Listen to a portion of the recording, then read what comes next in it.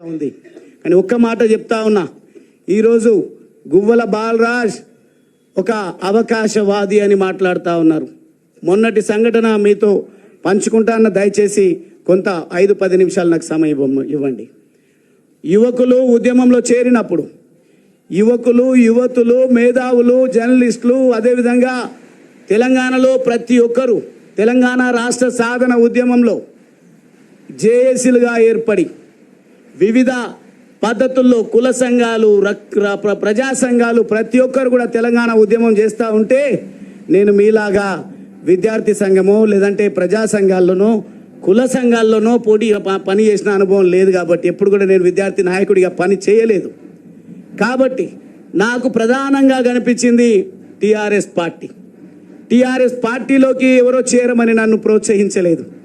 నాకున్నటువంటి లక్ష్యం, చదువుకున్న యువకుడిగా ఒకవేళ ప్రజాసేవ చేయాల్సే వస్తే నేను ఒక ఆంటర్ప్రీనర్, ఒక వ్యాపారవేత్తగా ఉన్నా, చదువుతో పాటు వ్యాపారాన్ని నిర్మించుకొని ఏదో నా జీవనాన్ని నేను కొనసాగిస్తూ ఉన్నా. కానీ నా అనుభవంలోకి వచ్చింది ఏంది అనంటే, ఎంత పారిశ్రామికవేత్తగా ఎదిగినా నా అణగారిన వర్గాలకు, నా అంటే డైరెక్ట్గా నా పైన ముద్ర వేసేది దళితుల గురించి మాట్లాడుతున్నాడు గువ్వల బాలరాజ్ అని. బీఆర్ఎస్ పార్టీ ఎప్పుడైనా అవకాశం ఇవ్వాలి మాట్లాడడానికి అంటే దళితుల అంశాల విన్నే మాట్లాడాలి. లేదంటే ఎవరైనా వాళ్ళు చేసిన తప్పిదాలను ఖండించేటువంటి మాట మాట్లాడితే దళితునితోనూ మాట్లాడితే సెన్సిటివ్ అవుతుంది, బాగా మాట్లాడగలుగుతాడు అని ఆ అంశాల కోసమే వాడుకున్నారు. కానీ నా అంటే నేను ఇచ్చేటువంటి డెఫినేషన్, నిర్వచనం, పేదలు ఎవరున్నా పేదరికం నుంచి వచ్చినటువంటి వాడిగా ఒక వలస కూలి బిడ్డగా నేను పేదల సంక్షేమం కోసం, పేదల అభివృద్ధి జరగాలంటే ఒక ఆంటర్ప్రినర్గా, ఒక వ్యాపారవేత్తగా పెద్దగా నేను వరగబెట్టేది ఏముండదు. కానీ political power is master key అని నమ్మి నేను ఆలోచిస్తున్నట్టు తరుణంలో టీఆర్ఎస్ పార్టీ ఉన్నది, అదేవిధంగా తెలుగుదేశం పార్టీ ఉన్నది, కాంగ్రెస్ పార్టీ ఉన్నది. కాంగ్రెస్ పార్టీ అధికారంలో ఉన్నది, తెలుగుదేశం పార్టీ పటిష్టంగా ఉన్నది, రకరకాల మాటలు చెప్తూ. కానీ నాకు కనిపించింది టీఆర్ఎస్ పార్టీ సిద్ధాంతకర్త మహనీయులు ప్రొఫెసర్ జయశంకర్ గారి ఆశయ సాధన, ఈ అంశాలన్నింటినీ కూడా పరిగణలోకి తీసుకున్నప్పుడు వారే టీఆర్ఎస్కి సిద్ధాంతకర్త కాబట్టి, ఆయన ఒక త్యాగధనుడు కాబట్టి ఆ పార్టీలో మనం చేరిపోదామని సొంతంగా నిర్ణయం తీసుకున్న తప్ప, కొంతమంది మాట్లాడుతున్నారు గువ్వల బాలరాజ్కు అవకాశం ఇచ్చినామని. గువ్వల బాలరాజ్ అవకాశాలు వెతుక్కొని ప్రజాసేవ కోసం వచ్చాడు. గువ్వల బాలరాజ్ ఎదగడానికి కాదు అనేది ఈరోజు మీ ముందు కూడా స్పష్టం చేస్తా ఉన్నా. ఈరోజు కూడా భారతీయ జనతా పార్టీలో వీరు చేస్తున్నటువంటి ప్రయత్నాలే తప్ప, కరుడు గట్టిన బీఆర్ఎస్ కార్యకర్త మేము ఎట్లా అడుగుతామో అని సంకోచంలో అప్పుడప్పుడు ఎక్కడన్నా అన్న వాళ్ళు కలిసినా చేరండి అని కొంత నవ్వుతూ మాట్లాడింది తప్ప సీరియస్గా ప్రయత్నం చేయలేదు. మా లోపల మాత్రం వ్యతిరేకత ఉడుకుతూ ఉంది. అక్కడ ప్రత్యక్షంగా ఉండి చూస్తూ ఉన్నాం బీఆర్ఎస్ పార్టీలో. కానీ చివరికి నేనే అన్ని పార్టీలను స్టడీ చేసినాక నిర్ణయం తీసుకుందామని ఒకానొక సందర్భంలో రామచంద్రరావు అన్న నేను న్యాయవాదిగా కూడా ఒక 2-3 సంవత్సరాలు వృత్తిలో కొనసాగిన. ఆ సందర్భంలో పరిచయం, జేఏసీలో పరిచయం, అదేవిధంగా పార్టీ ప్రతినిధులుగా టీవీ డిబేట్లలో పరిచయం. అన్న ఒక అడ్వకేట్ ప్రొఫెషన్లో ఉంటూ కూడా ప్రత్యక్ష రాజకీయాల్లో ఉన్నారనే ఒక ఇన్స్పిరేషన్తోన వారు ఎక్కడ కనిపించినా వారితో నేను సలహాలు తీసుకోవడము, చర్చించుకోవడం అనేది జరుగుతూ ఉండే. కానీ వారు ప్రయత్నాలు మొదలు పెడుతున్నారు. ఎక్కడికక్కడ ఎవరు పడితే వాళ్ళని తీసుకోవాల్సిన అవసరం లేదు. పటిష్టమైనటువంటి క్షేత్రస్థాయి లీడర్షిప్ బీజేపీ పార్టీలో ఉంది.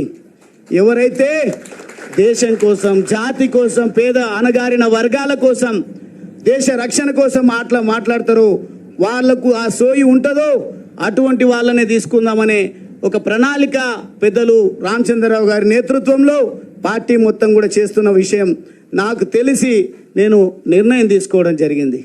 నిర్ణయం తీసుకున్న తర్వాత దయచేసి ఇప్పటికి కూడా నన్ను ఈ స్థాయికి తీసుకొచ్చిన, నాకు రాజకీయంగా జన్మనిచ్చినటువంటి నా అచ్చంపేట సోదర సోదరిమణులకు, యువకులకు, మేధావులకు, జర్నలిస్టులకు, అదేవిధంగా మహిళలకు, కుల సంఘాలకు, ప్రజా సంఘాలకు ప్రతి ఒక్కరి కూడా నేను చేతులు జోడించి నేను మీకు చెప్పకుండా రాజీనామా చేసినందుకు మన్నించాలని నేను కోరుతా ఉన్నా.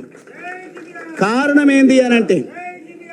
ఏంది అంటే చాలా ఫోకస్డ్గా ఉంటుంది బీఆర్ఎస్ పార్టీ ఎప్పుడు కూడా ఎన్నికల పాయింట్ ఆఫ్ వ్యూలో, ఎన్నికల కోసం, పార్టీ పరిరక్షణ కోసం, వారి వ్యక్తిగత పరిరక్షణ కోసం సిద్ధంగా ఉంటుంది. ఒకవేళ కనుక నేను నా ఆత్మీయులతోన ఒక్కరితో చర్చించినా నాకు తెలుసు ప్లాన్ బి సిద్ధంగా ఉంటుంది బీఆర్ఎస్ పార్టీలో. ఏ రకంగా క్యారెక్టర్ అసాసినేట్ చేయాలి, ఏ రకంగా పార్టీ నుంచి పొగబెట్టి పంపించాలి, ఏ రకంగా ఒక మచ్చ వేసి ముద్ర వేసి పంపించాలని ఒక కుట్ర జరుగుతుందని మాత్రమే నేను మీకు చెప్పకుండా రావడం జరిగింది, రాజీనామా చేయడం జరిగింది. చేరే సందర్భంలో కూడా నిర్ణయం తీసుకున్న తర్వాతనే నా కాంగ్రెస్ వాళ్ళు కూడా అడిగిండ్రు, బీజేపీ పార్టీ వాళ్ళు కూడా నా మూమెంట్ చూసిన తర్వాత తమ్ముడు అన్న రండి అని చెప్పేసి అడగడం జరిగింది. అప్పుడే నేను నిర్ణయం నా అంతటా నేను వ్యక్తిగతంగా తీసుకున్నటువంటి భావన నా నియోజకవర్గ ప్రజల్లో, నా ఉమ్మడి మహబూబ్ నగర్ జిల్లా ప్రజల్లో, అదేవిధంగా రాష్ట్ర వ్యాపితంగా నేను ఈ స్థాయికి రావడానికి ఒక్కొక్క దశలో ఒక్కొక్కరు సహకరించినటువంటి వాళ్ళు, సూచించినటువంటి వాళ్ళు, నడిపించినటువంటి వాళ్ళు అఫెండ్ అయ్యినరు, బాధపడుతున్నారు. ఇక చేరికనైనా అందరితో చర్చించి తీసుకోవాలనే ఆలోచనతోన రిజిగ్నేషన్ అయిపోయిన తర్వాత నేను అందరితో మాట్లాడడం జరిగింది. నాకు 2 పార్టీలలో కూడా అవకాశం ఉంది, కానీ నేను ఒక కన్ఫ్యూజన్ స్టేట్లో ఉన్నా. కారణం ఏంది అని అంటే నాకేమో పదవి కొత్త కాదు, వాస్తవంగా చిన్న వయసులో ఆ భగవంతుడి దయ, మా తల్లిదండ్రుల ఆశీర్వాదం, నా ప్రజల దీవెనల వల్ల, అదేవిధంగా నా హార్డ్ వర్క్ వల్ల నేను 2 సార్లు శాసనసభ్యుడైనా. మళ్ళీ శాసనసభ్యుడు కావాలను, పార్లమెంట్ సభ్యుడు కావాలను, నామినేటెడ్ పదవులు కావాలను అనేది నాకు కాంక్ష లేదు. ఈరోజు 10 రూపాయల సభ్యత్వం అన్న ఏదైతే ఇచ్చిండో, 100 రూపాయలు అంటారు, 100 రూపాయల సభ్యత్వం కూడా అవసరం లేదు. నేను ఈ కుటుంబంలో నా జర్నీని ఒక సామాన్య కార్యకర్తలాగా మొదలు పెడతా.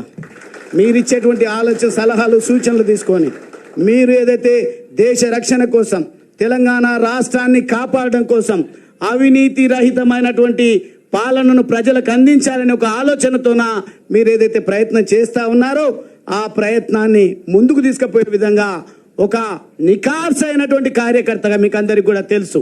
20 సంవత్సరాలు, దాదాపుగా 2 దశాబ్దాల పాటుగా నేను బీఆర్ఎస్ పార్టీలో పనిచేసిన, ప్రభుత్వ విప్గా కూడా పనిచేసిన, చాలా ఇంపార్టెంట్ టాస్క్స్ ఏవి ఇచ్చినా కానీ ఒక నిబద్ధత కలిగినటువంటి కార్యకర్తగా నేను అక్కడ పనిచేసి మెప్పు పొందడం జరిగింది. అందుకే మొన్న అచ్చంపేటకు వచ్చి పెద్ద నాయకులు రావాలనుకున్నారంట. వెళ్ళినట్టయితే ఇడు సామాన్యుడు కాడు, మంచిగా ఉన్నంత వరకు మంచిగా ఉంటాడు. మేమన్నా అనరానిది అంటే ఖచ్చితంగా మమ్మల్ని వేటాడుతాడు, వెంటాడుతాడు అనే భయంతోన పెద్ద లీడర్లమని ఎవరైతే ఉన్నారో వాళ్ళు రాకుండా మా జిల్లాలో ఒక ఆయన పెద్ద నాయకుడు ఉన్నాడు. 2004లో పోటీ చేస్తే 6,000 ఓట్లు ఏమొచ్చినాయి. మీకు ఎన్ని వచ్చినాయి? మొదటిసారి ఫోన్ చేస్తే పోటీ చేసే దాకరన్నా 15,000. ఆయన ఒక రకంగా చెప్తే బ్యూరోక్రాట్ పదవిలో ఉన్నారు, చైర్మన్గా ఒక డిపార్ట్మెంట్లో పనిచేసిండ్రు. ఈ జాతీయవాదం నచ్చి అక్కడ కోన్ పూస్తా కొల్లాపూర్ అన్నప్పుడు కొల్లాపూర్ దేశ రక్షణ కావాలని కోరుకుంటుంది కాబట్టి నేను అక్కడ వెళ్ళి పోటీ చేస్తా అంటే వారికి మొదటిసారి 15,000, రెండవసారి కూడా అద్భుతమైనటువంటి 30,000. రాబోయేది ఒక్కొక్క నియోజకవర్గంలో 1,00,000 ఓట్లు రాబోతా ఉన్నాయి. ఆ రోజు 6,000 ఓట్లు వచ్చిన వాళ్ళు 2014లో ఓడిపోయిన ఆయన ప్లానింగ్ బోర్డు వైస్ చైర్మన్ అయ్యిండు. తర్వాత మొదటిసారి గెలిచినప్పుడే మంత్రి అయ్యిండు. దళితుని ముఖ్యమంత్రి చేస్తానప్పుడు నాకు ఆస్పిరేషన్ లేదు, కానీ తెలంగాణ రాష్ట్ర సాధన ఉద్యమంలో కేసీఆర్ గారు పనిచేసిండ్రు. అన్ని పార్టీలను ఏకం చేసే ప్రయత్నం చేసిండ్రు. ఎవరి వల్ల వచ్చింది, ఏమొచ్చింది, ఒకవేళ చర్చ సమగ్రంగా జరిపితే తప్పకుండా విలువలతో చర్చించుకుందాం. మా వల్లనే తెలంగాణ వచ్చిందంటే తెలంగాణ ఎవరి వల్ల వచ్చిందో చర్చను విస్తృతంగా ప్రజల్లోకి తీసుకువెళ్ళడానికి నేను సిద్ధంగా ఉన్నా. తెలంగాణ రాష్ట్ర సమితిలో చేరిన తర్వాత నేను ఎమ్మెల్యేగా నాకు అచ్చంపేట నుంచి టికెట్ ప్రకటించిన తర్వాత ఆల్ ఆఫ్ ఏ సడన్ నేను ఏం నేరం చేసినో తెలియదు, నేనేం పాపం చేసినో తెలియదు. అచ్చంపేటలో మొదటిసారిగా నిలబడబోతా ఉన్నాడు ఒక నికార్సైన యువకుడు, ఎవరి పొత్తు లేకుండా గెలిచొస్తాడు అని లక్షల సార్లు కేసీఆర్ గారు చెప్పిండ్రు. కానీ రెండు రోజులకే నాకు ఎంపీ టికెట్ ఇచ్చిండ్రు. మరి నేను ఒక్క మాట కూడా మాట్లాడలేదు. కారణం ఏంటంటే ఆశయం ఎమ్మెల్యే కావాలని ఉన్నది ముందు నాకు, ఎందుకంటే political power is master key అని. కానీ వాతావరణం మాత్రం తెలంగాణ రాష్ట్ర ప్రజలు తెలంగాణ రాష్ట్రాన్ని కోరుకుంటున్నారని, తెలంగాణ రాష్ట్రం రావాలంటే పార్లమెంటులో బిల్లు పెట్టాలి, గర్జించాల్సింది పార్లమెంటులో అని నన్ను కొన్ని రెచ్చగొట్టే మాటలా ప్రోత్సహించే మాటలా నాకు తెలియదు. కానీ వాటన్నిటికీ ఏం టెంప్ట్ కాలేదు. నేను ఏ అవకాశం ఇచ్చినా ఇవ్వకపోయినా నేను సిద్ధంగా ఒక కార్యకర్తలాగా తెలంగాణ రాష్ట్ర సాధన కోసం పనిచేస్తా అని చెప్పి నేను ఎంపీగా పోటీ చేస్తే కేసీఆర్ గారు మహబూబ్ నగర్ నుంచి పోటీ చేసిండ్రు. నా దగ్గరికి ఒక్క ఇన్ఛార్జ్ కూడా రాలేదు. నా దగ్గర నాగర్ కర్నూలు పార్లమెంటు పరిధిలో 7 అసెంబ్లీ సెగ్మెంట్స్ ఉంటే ఒక్క సెగ్మెంట్లో కూడా కారు గుర్తు పైన ఎమ్మెల్యే అభ్యర్థిని నిలబెట్టలేదు. కానీ ప్రజల లోపల ఉన్నటువంటి ప్రగాఢమైనటువంటి కోరిక తెలంగాణ రాష్ట్రం రావాలి, ఒక యువకుడు వచ్చిండు, చదువుకున్న యువకుడు వచ్చిండని ఓట్లు వేద్దామని అంటే 3,80,000 పైచిలకు ఓట్లను 2009లో నేను సాధించడం జరిగింది. కొంచెం ఇట్లా ఆర్గనైజ్డ్గా గువ్వల బాలరాజు వస్తున్నాడు అంటేనే ఇక్కడ ఉన్నటువంటి పెద్దలందరూ కూడా వచ్చింది. ఇది మంచి శుభ పరిణామం. పని చేసేటువంటి యువకుడు వచ్చిండు అని చెప్పేసి సంతోషంగా వచ్చాను. కానీ ఎంపీ పార్లమెంటులో అడుగుపెట్టే ఆస్కారం ఉన్నా కేసీఆర్ గారి దగ్గర మొత్తం కూడా దేశాన్ని కాపాడాలంటే మోడీ గారు బలగాలను మోహరిస్తూ ఎవని ఊహకందని విధంగా ఆటంకవాదులను ఉగ్రవాదుల స్థావరాలను ఏ రకంగా సింధూర్ పేరిట ఆపరేషన్ సింధూర్ పేరిట అంత ముందించిండో ఆ రకంగా చేయాల్సినటువంటి అవసరం ఉండే నా దగ్గర కూడా అది చేయలేదు. కానీ మహబూబ్ నగర్ పార్లమెంటులో మాత్రం నా university Osmania university, Kakatiya university, అదేవిధంగా రకరకాల సంఘాలను అక్కడికి తీసుకెళ్ళి గెలుపొందిండు. గెలుపు నాదే అని క్లెయిమ్ చేసుకున్నా ప్రజలు ఏమనలేదు. కానీ అదే పని నాతో కొంత ఒక 10% కూడా నాగర్ కర్నూల్లో ఎఫర్ట్ పెట్టి ఉంటే 31 సంవత్సరాల వయసులోనే పార్లమెంటులో అడుగుపెట్టే అవకాశం ఉన్నది.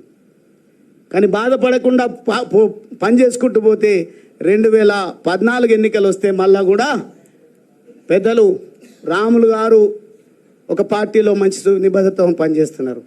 పోటీ వీళ్ళకే పెట్టాలి. గువ్వల బాలరాజు టికెట్ ఇవ్వమని పాపం వారిని మోసం చేసి పార్టీలోకి తీసుకొచ్చిండ్రు. ఎంపీ చేసినామని మాట్లాడవచ్చు వారి గురించి కూడా. వారికి క్రెడిబిలిటీ లేకుండా, నాకు క్రెడిబిలిటీ లేకుండా మేము ప్రజా జీవితంలో కొనసాగడం లేదు. మాకు ఎంతో కొంత క్రెడిబిలిటీ ఉంది, హార్డ్ వర్క్ చేసే స్వభావం ఉంది. కాబట్టి మేము గెలిచి 2014-18లో గెలిచినాం. కానీ 2023లో ఓడిపోయిన వెంటనే గువ్వల బాలరాజుకి అహంకారం ఎక్కువ, గువ్వల బాలరాజుకు కోపం ఎక్కువ, అందుకే ఓడిపోయింది అన్నారు.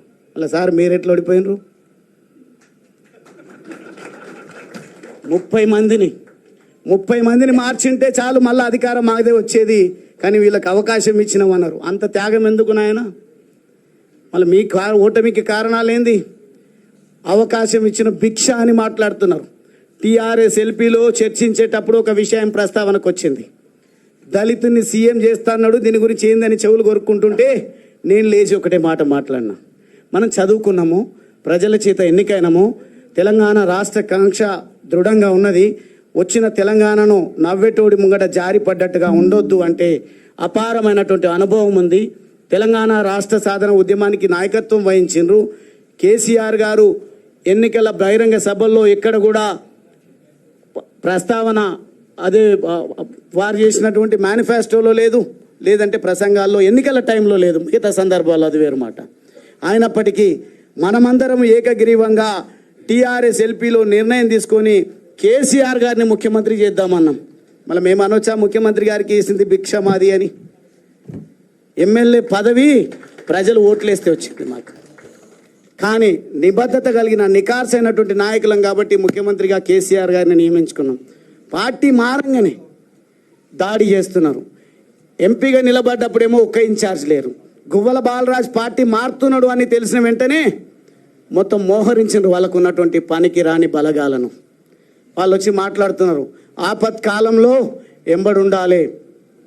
ఆయన చాలా గొప్ప పని చేసి వచ్చిండు ఒక ఆయన మాట్లాడుతున్న ఆపత్కాలంలో కేసీఆర్ గారిని కాపాడుకోవాలి. నేను కాపాడదలుచుకున్నది, నేను త్యాగం చేయదలుచుకున్నది నా పేద వర్గాల కోసం.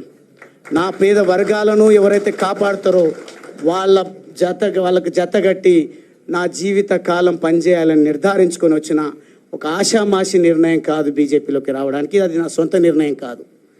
ప్రజల ఆలోచనలు చాలా దృఢంగా ఉన్నాయి. ప్రజలందరూ కూడా మోడీ గారి నాయకత్వాన్ని విశ్వసిస్తూ ఉన్నారు. మోడీ గారు యుద్ధం చేసి యుద్ధం ఎందుకు ఎట్లా ముగించిండ్రో తెలియకుండా యుద్ధాన్ని మధ్యలోనే వదిలేసింది అంటున్నారు. మీకు ఎకానమీ గురించి తెలియదు.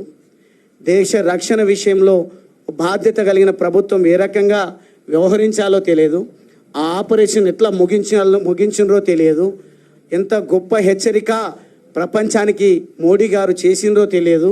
కానీ ఆపరేషన్ సింధూర్ విఫలమైందని విఫల మాటలు, విఫల ప్రయత్నాలు, మాకేమైనా ప్రజలు ఓట్లేస్తారనే పద్ధతిలోన డైరెక్ట్గా మోడీ గారిని ఎక్కుపెట్టి మాట్లాడుతున్నారు. మీ స్థాయి అది కాదు. వాస్తవంగా ఈరోజు నేను కొన్ని విమర్శలు నా పైన చేస్తే నేను కూడా చేయడం జరిగింది. చేసినప్పుడు బచ్చాగాడెవడో మాట్లాడుతున్నాడని, నాకంటే 6 నెలల్లో సంవత్సరమో వయసు పెద్ద కేటీఆర్ గారిది, నన్ను బచ్చాగాడు అంటున్నారు. మీరు మొదటిసారి గెలుపొందింది మీ మొత్తం శక్తిని ఖర్చు పెట్టి గెలిస్తే 300-200 ఓట్లతోనో శాసనసభ్యుడిగా ఎన్నికైనరు. ఒక వలస కూలి బిడ్డనైనా నేను పార్లమెంట్ అభ్యర్థిగా నిలబడితే ఒక్కరు కూడా పని చేయకుండా ప్రజల గుండెల్లో ఉన్నటువంటి తెలంగాణ వాదం, ప్రజల గుండెల్లో ఉన్నటువంటి పేదవాడి పైన ప్రేమ, కులం చూడలేదు, మతం చూడలేదు, నాకు అద్భుతమైన ఓట్లు వేస్తే కొన్ని ఓట్లతో త్రుటిలో ఓటమి పాలు కావడం జరిగింది. ఆ ఓటమితో కుంగిపోలే. కానీ ఈరోజు మీరేం చేస్తున్నారు? ఒక్కసారి ఓడిపోగానే అసహనంతోన ఎవరిని పడితే వాళ్ళని ఇష్టం వచ్చినట్టు మీరు మాట్లాడాల్సింది, మీరు ధర్నాలు చేయాల్సింది, మీ మీటింగ్లు పెట్టాల్సింది. మిమ్మల్ని అనొద్దు ఆ మాట. మళ్ళీ నేను కూడా అదే కేటగిరీకి చెందినటువంటి వాడిని అయితే మిమ్మల్ని పక్కన పెట్టి కారణాలు ఏవైనా ఉండొచ్చు. 10 మంది ఒక విలువలు లేని పార్టీలకు వెళ్తే వాళ్ళ ఇంటి ముంగట ధర్నా చేయలేదు, వారి గురించి ప్రశ్నించలేదు. నాకే పదవి లేదు. ఇప్పుడు జిల్లా అధ్యక్ష పదవి ఉంది, అది వేరు మాట. నేను ఎన్నికైన ప్రజాప్రతినిధి కాను ఇప్పుడు. కానీ నేను నా నిర్ణయం మేరకు నేను బీజేపీ పార్టీలో చేరుతా అంటే నన్ను రకరకాల ఇబ్బందులు, మీరు సోషల్ మీడియాలో వాళ్ళ గ్రూపులలో వాళ్ళు పెంచి పోషిస్తున్నటువంటి యూట్యూబ్ ఛానళ్ళల్లో ఎట్లా మాట్లాడిస్తున్నారు. నన్నే కాదు, ఈరోజు నా సతీమణి రావాల్సి ఉండే. మాకు దేశభక్తి, దైవభక్తి ఎక్కువ, సెంటిమెంట్స్ కూడా ఎక్కువ. నేను ఏ ప్రయత్నం చేసినా నా ప్రయత్నంలో విజయం సాధించాలి నా భర్త అని మా తల్లిదండ్రులు ఆశీర్వదించి పంపిస్తే నా సతీమణి తోడుగా వస్తుంది నా వెంబడి. కానీ ఆమె పైన నోటికొచ్చినటువంటి పదజాలంతో ఇష్టారీతిలో మమ్మల్ని కుంగిపోయే విధంగా మీరు ఏదైతే మెసేజెస్ పోస్టులు పెడుతున్నారో దయచేసి ఆపండి. ఆపకపోతే చట్టపరంగా చట్టం తన పని తాను చేసుకు వెళ్ళే విధంగా మేము కోర్టులను సంప్రదిస్తాం, రకరకాల వేదికలను సంప్రదిస్తాం. వినకపోతే ఇక్కడున్నటువంటి దమ్మున్నటువంటి కార్యకర్తలు, నాయకులు, నా అక్క చెల్లెల అండతో మీకు ఏ రకంగా బుద్ధి చెప్పాలో చెప్తామని ఈ సందర్భంగా తెలియజేస్తూ, నా చేరిక విషయం కానీ నా పార్టీ మార్పు విషయం కానీ దయచేసి పెద్దగా మాట్లాడాల్సిన అవసరం లేదు మీకు. ఎందుకంటే మీకు కావాల్సింది అధికారము, అదేవిధంగా కాంగ్రెస్ కావాల్సింది రెన్యువల్ జరగాలన్నా, మీరు తిరిగి ఎన్నికలకు రావాలన్నా పోటీపడి, భాషల్లో మీరు పోటీపడి, యాసల్లో పోటీపడి ప్రజలను మభ్యపెట్టడం కాదు. కేసీఆర్ గారు చెప్పిన మాట, గెలవాల్సింది మీరు, మీ నాన్న, లేకుంటే ఇంకొకరు కాదు. గెలవాల్సింది పెద్దలు కేసీఆర్ గారు చెప్పినట్టుగా ప్రజలు గెలవాలి. రాజకీయాల్లో పార్టీల గెలుపు ముఖ్యం కాదు. ఎవరైనా గెలిచిన వాళ్ళ బాధ్యత ప్రజలకు ఇచ్చినటువంటి హామీలను నెరవేర్చడం. విఫలమంటే 10 సంవత్సరాలు సేవలు అందించినటువంటి పార్టీగా మీ పైన వచ్చినటువంటి విమర్శలను మీరు ఏ రకంగా ఎదుర్కొంటారో ఎదుర్కోండి. కానీ మీ దగ్గర ఏదో ఆశించి పనిచేస్తున్నటువంటి నాయకులను, మీ పైన వస్తున్నటువంటి విమర్శలను ఖండించేదానికి వాడుకోకండి.